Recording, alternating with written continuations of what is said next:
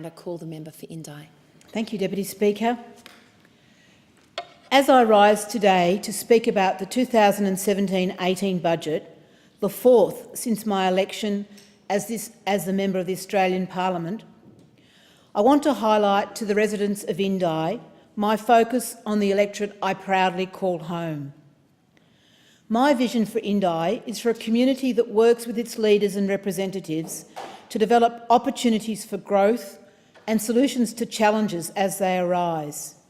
It is a vision for a prosperous and caring community which values inclusiveness, diversity, honesty and the hard work of all those who seek to realise the goal of making life in our part of regional and rural Australia the best it can be and admired by all.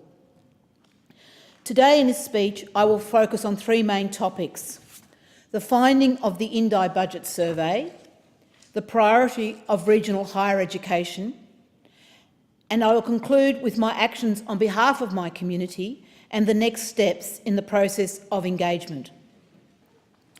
Deputy Speaker, since the Turnbull government's second budget was handed down, I've been listening to my community's responses.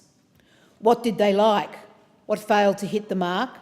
And what suggestions would they make that would help the government to improve the lives of all those living in rural and regional Australia? And the message has been clear. There is a high level of inequality supported by policy that doesn't consider regional Australia, and that too many policy and funding models are based on metropolitan populations. And we've just heard very strongly, I think, endorsed by the member for Macmillan, that same point. So to the survey. My community is familiar with my call for their opinions.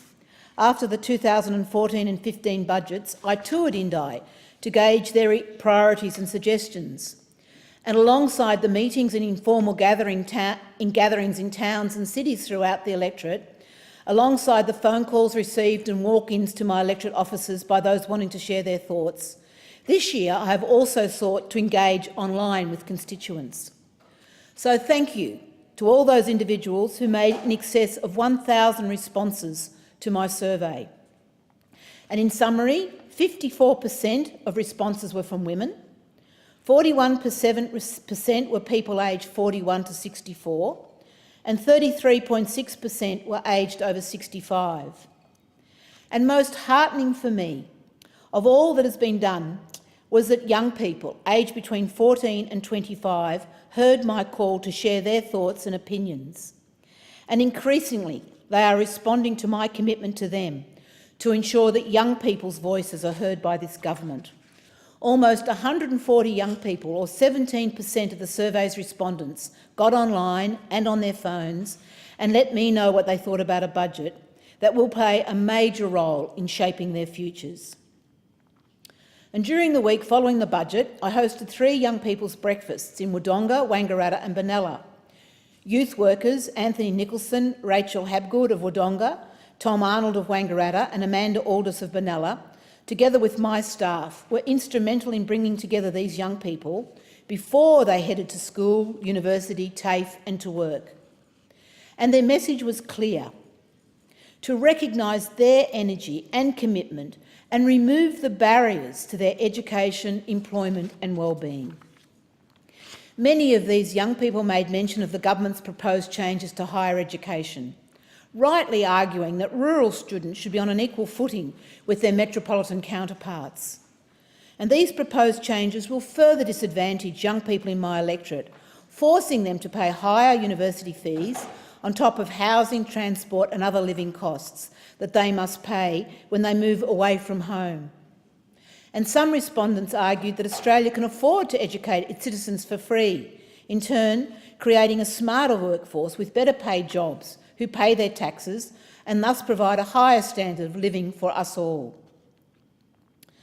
They encouraged the government to support schools in lower socio-economic areas ahead of wealthier schools and in turn lift overall standards in our clever country. To provide additional financial support to students in regional and rural areas through more scholarships, bursaries and grants, helping them to meet the added costs of their relocation. And, Deputy Speaker, I give notice that next week As a result of this survey, I will introduce a notice of motion seeking to provide financial incentives for those wanting to study in rural and regional areas. The proposed tertiary education changes are also a challenge for regional universities in their bid to provide relevant degree courses in the regions.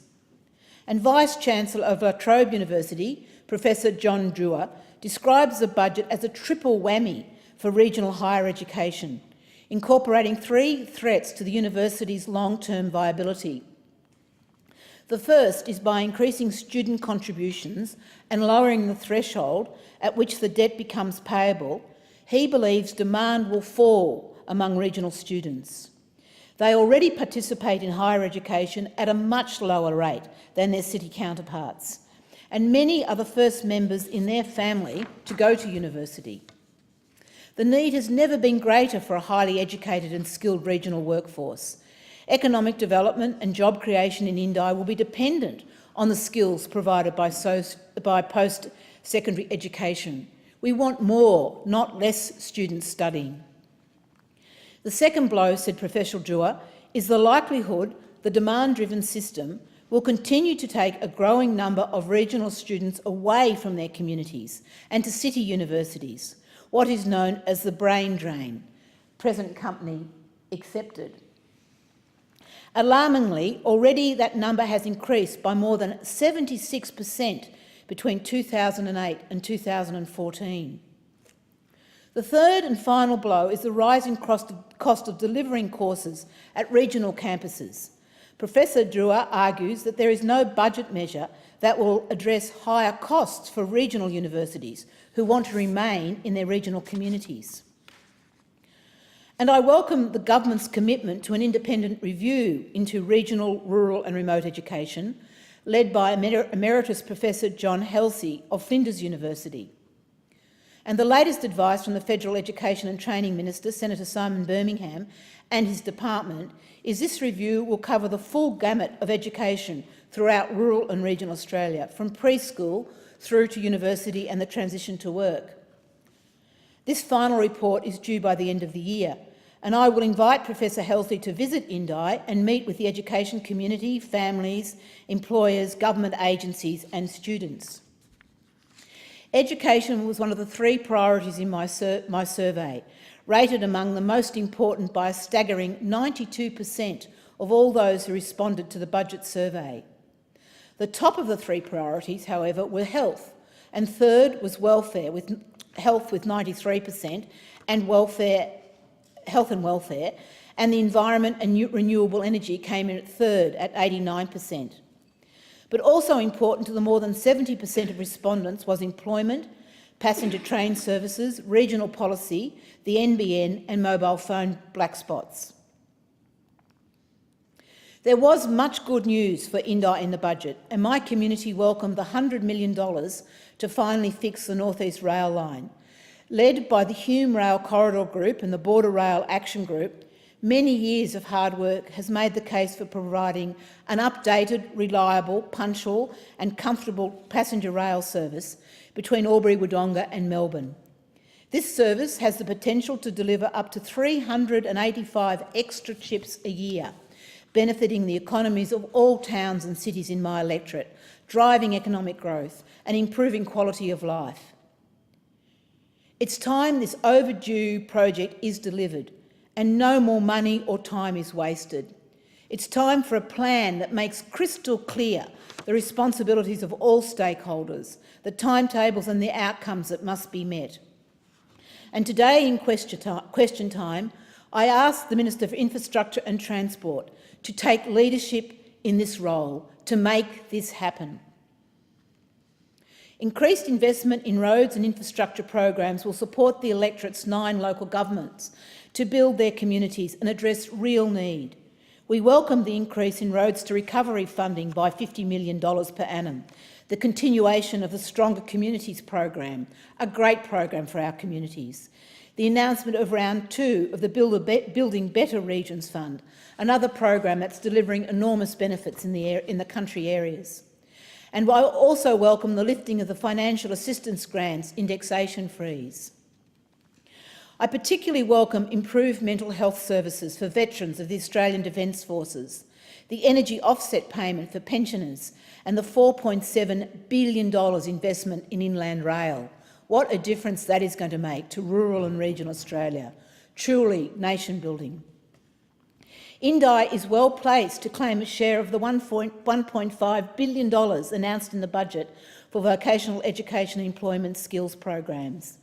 Vocational education leaders in my electorate have made progress to develop local and cross-border training programs for young people in the North-East. These programs will go a long way to improving options for the more than 15,000 young people in my electorate aged between 15 and 24. And Minister, can I say what a delight it was to have you in my electorate. Thank you for your support to this really important age group. Health. There is a strong view it should be higher income earners who bear the cost of the Medicare levy, and an expectation that lifting the freeze on GP co-payments should see more bulk billing services in small rural towns.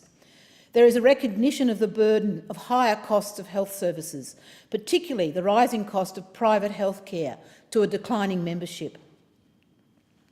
Deputy Speaker, as you know of all rural people, country people are innovative, and no more so than in my electorate. And I will work with the community on the many suggestions and solutions they offered as part of this survey. Incentives for specialists for regional areas, greater use of remote diagnostic via the internet, the increased need for funding for appropriate mental health services for the young right through to our senior citizens, funding for aged care and pensioner payments, particularly for those pensioners reliant on rental accommodation and those whose income are not supplemented by retirement savings. The introduction of the National Disability Insurance Scheme is welcome, and its funding by an increased Medicare levy is viewed as a positive move by government, improving in the long term services, particularly for the disabled and their families. However, there is a note of caution among respondents that the money needs to be spent widely and by those most in need. Environmental and renewable energy. There is a clear push throughout Indi for sustainability and financial support to those to make the most of renewable energy sources. Rising costs of energy have impacted heavily on both domestic and businesses, and it is a particular concern to the people in my electorate. The respondents, however, made clear that there is strong opposition to coal and coal seam gas exploration, and an objection to tax-funded support for those operating within this sector. Indi residents want the government to plan for the effects of climate change. They seek support for the development of solar and wind energy. NBN rollout. The largest number of submissions to the Joint Parliamentary Committee into the rollout of the NBN came from Indi, and my community reinforced their comments, saying that copper wire is outdated and the NBN program should utilise fibre optic cabling. Moving from ADSL to NBN is described by some as a complete shambles, and many are indignant at the slow pace of rollout. Those unable to access the NBN resort to expensive mobile broadband, and slow internet speeds make it very difficult for young people to study. Mobile phone black spots. Indi has been blessed to receive funding to address 38 mobile phone black spots, but the pace of the rollout is slow. Emergency services during fire seasons continue to be impacted by black spots. And it's not just remote areas where services are poor. Some areas very close to the city have no coverage. So, in summary, the Indi Budget Survey has identified health, education and environment as the electorate's major priorities. The percentage of respondents who highlighted their priorities were 93% about health and welfare, 92% education, 89% renewable energy, 88% employment, 82% trains, 78% regional policy, 76% the NBN and 58% the arts. So the next step is my publishing of the report and distribution to the more than 400 constituents who asked for a hard copy. There will be a new round of kitchen table conversations and the second Indi Summit in 2018. So in closing, I highlight my vision for Indi, a prosperous and caring community, and I look forward to reporting back to my electorate, reflecting the priorities they have highlighted, and my commitment to work with the Minister for Education and Training on higher education, to work with the Prime Minister for a Minister for Youth, and to work with my community, So we're not just coming asking the government to solve the problems, we do it together.